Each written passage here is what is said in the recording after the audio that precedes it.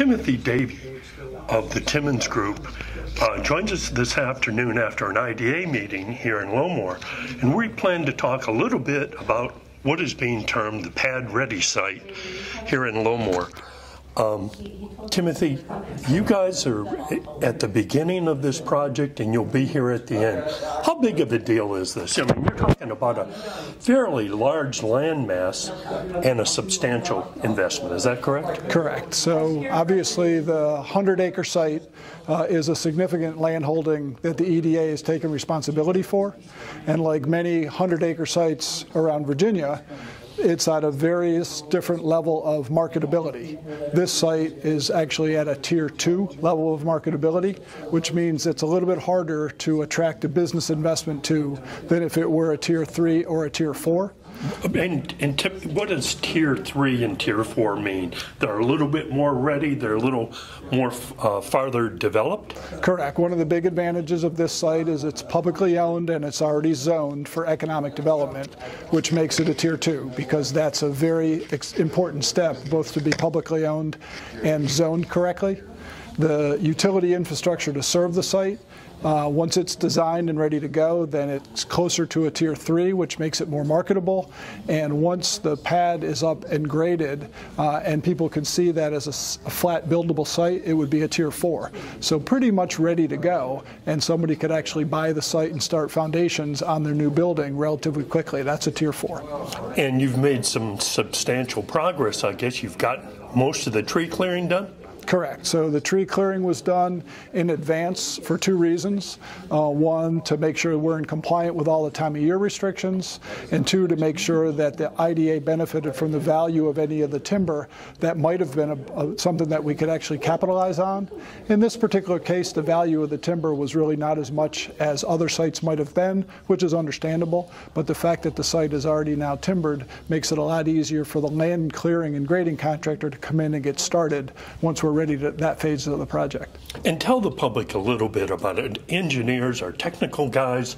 You keep people from making huge mistakes. You also lead forward. You're in the latest technologies and that kind of thing. How do you connect with the marketability? I mean, are you really expected to be marketing guys as well? Yeah, so obviously engineers are problem solvers, and the problem we're trying to solve now is make sure that the region is benefiting from the great workforce, the great quality of life, and we create jobs and investment for our next generation. So that's the problem that we're trying to solve. One of the other situations here is we don't actually have a wide variety of sites that are ready to go. So this site was actually prioritized as the #1 site in the business plan that we did to try to make sure it was a worthy investment. And now we're utilizing our engineering skills to go ahead and get everything ready such that we can get a contractor on board who's actually going to do the construction. And absolutely, we're going to be there every step of the way to make sure that they're compliant with all the rules. They're doing this at a fast and efficient way for us to really be ready. And the greatest time to be marketing the site for prospective customers is when there are bulldozers moving around on the site. So we plan on actually utilizing, aerial images and progress reports to try to make sure that the EDC can be marketing the site while it's under construction. And how big of a deal in terms of the region or the state is this? I mean, at any one given time, I guess there are tens or dozens of projects similar to this in the state. Can you give the public a feel for how this one might rank? Would it be in the top 20 or 30 or top 10? Can you give the public any feel for range of that? Well, one of the things that's going on around the Commonwealth of Virginia is we're out of ready sites. So there are very few ready sites of any scale. And to have a site that's actually over 100 acres, that would be a Tier 4 site. We would probably be one of the top 25 or 30 sites in the Commonwealth of Virginia to try to attract economic development. So it's a very, very big deal. And this region is actually following a trend that even the new administration has embraced, to the tune of about $180 million that the new administration has put in their budget to try to get sites more ready to go. So we are absolutely swimming in the right direction with some of the most progressive regions in the state. And with respect to a potential building that could be built on this site, Have we seen something in the range of 500,000 square feet or even in something close? Correct. When we identified this as one of the top ranked sites is because we believe it could fit over 500,000 square feet and possibly up to 750,000 square feet. So what we did is we actually designed a phased plan that could be marketable for something as big as 750,000 square feet, but also something that actually might be a smaller footprint, but actually more valuable when it comes to actually what would be the taxes and the jobs that are created for the region. That would be something that would be more pharmaceutical manufacturing or food manufacturing that typically doesn't need the big footprint, but it actually has got more machinery and tools inside that building because it's producing things, not just storing things. So we think we've got a very marketable site for a wide variety of businesses, which improves our chances. And one final question. Here we are in Alleghany County. This may not be considered the number one infrastructural county in the world, but it does appear that this particular site, especially with your advanced engineering skills, it looks like the infrastructure is very close by and sufficient. Is that accurate? Correct. That's the tier ranking system to measure all of the things that are important to a customer. Because remember, what we believe about the site is one thing, and that's our job to get the message out, but what the customer believes about that site is actually how you get yourself selected, or what we actually find in a lot of cases, how you get yourself eliminated. So my opinion is we've been eliminated from a number of different site searches because we haven't done this investment, and now that the region is willing to do the investment, we're going to decrease the number of times that we can be eliminated, which means we're ultimately going to end up finding a business on the site. And how big of a deal is having enterprise internet service for these new technology companies and companies in general when you're trying to attract a major investment? Yeah, well, obviously with the pandemic and work from home challenges, it had always been high. Telecommunications and interconnectivity has always been important, but obviously with the pandemic and the work from home and the connectivity issues, telecommunications infrastructure is extremely important. So the fact that we can actually go ahead and put that on as a positive on this in the private utility side is just fantastic. Thanks very much for joining us. Thanks. An IDA board member, Bryan Thompson, is a citizen, also a businessman in the region.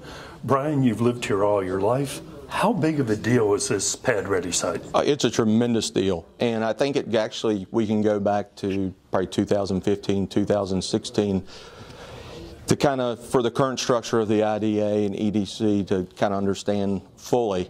And when that's the joint revenue sharing agreement between the city and the county, and it was a huge step forward, and the only one like it in the Commonwealth actually, where they're working together on sites, getting them ready for future businesses, and when they do come, they can share the revenue.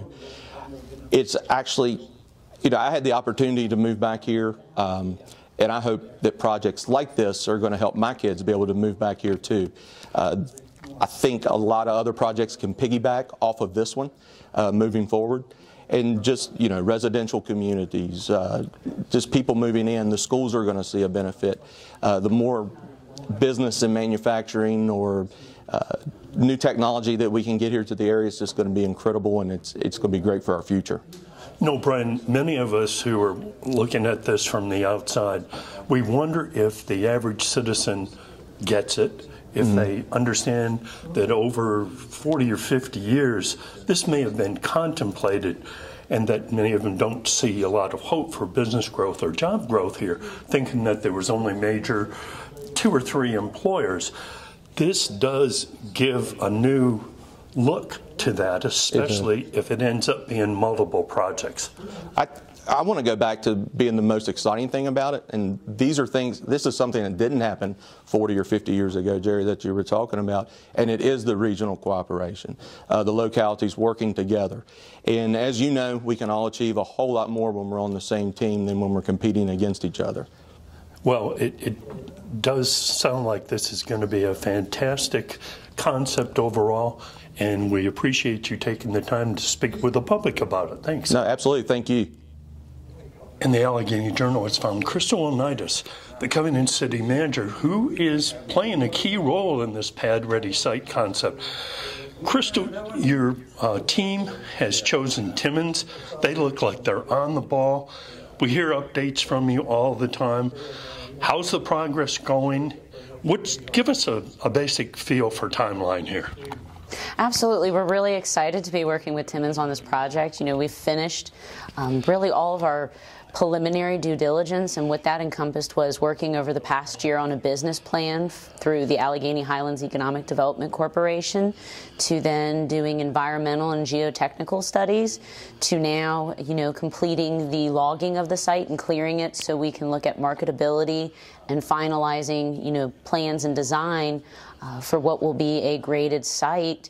Hopefully to have shovels in the ground sometime in June of this year. So now we're getting ready for that next phase of really starting our community outreach and educating everyone on this wonderful regional partnership that we're doing, you know, having our Industrial Development Authority work to lead this project for us on behalf of the localities. You know, city and county are funding this 50-50 with our goal of, you know, really attracting that private sector growth for jobs, revenue, and investment here in the Highlands. Is this going to be a major bit of difficulty with respect to marketing, or do you really have a unique concept and site here full of infrastructure? You've got enterprise, internet, first-class engineering. What are the prospects, the realistic prospects? Should people be ready for 3 years, 5 years, 7 years? In a neighboring county, it took them 15 years to get going. What's realistic? So, you know, that's a great question, Jerry. Site grading and site development is, you know, now become a very tried and true concept in economic development. Product development, as far as having sites ready to go that are business ready, is something that the state is stressing now. You know, we lose out to other states with not having sites ready. We lose out to other regions within the Roanoke region and even here with not having business ready sites. One thing that's going to be very exciting for us is we kind of have everything coming together at one time, and by that I mean our Economic Development Corporation has just gone through a rebranding with a new logo, new website to help even assist with marketing this site that we're going to be starting construction on in the next few months. We also have been working with the Roanoke Regional Partnership on developing some marketing materials and some finalized sort of site visual marketing information with it, and the Virginia Economic Development Partnership, which is the state's economic development agency, on making sure that this is in their project portfolio. What needs does this fit? And also doing research internally as part of our business plan of what target industries we can hope to attract here. One of the neat things we really have is our location. You know, we're within 500 miles of 50% of the East Coast population. So when you think of that from a logistics perspective, we really have a great opportunity to service large industry, and we're already home to several Fortune 500 companies. There's no reason that we can't support more and have growth and revenue.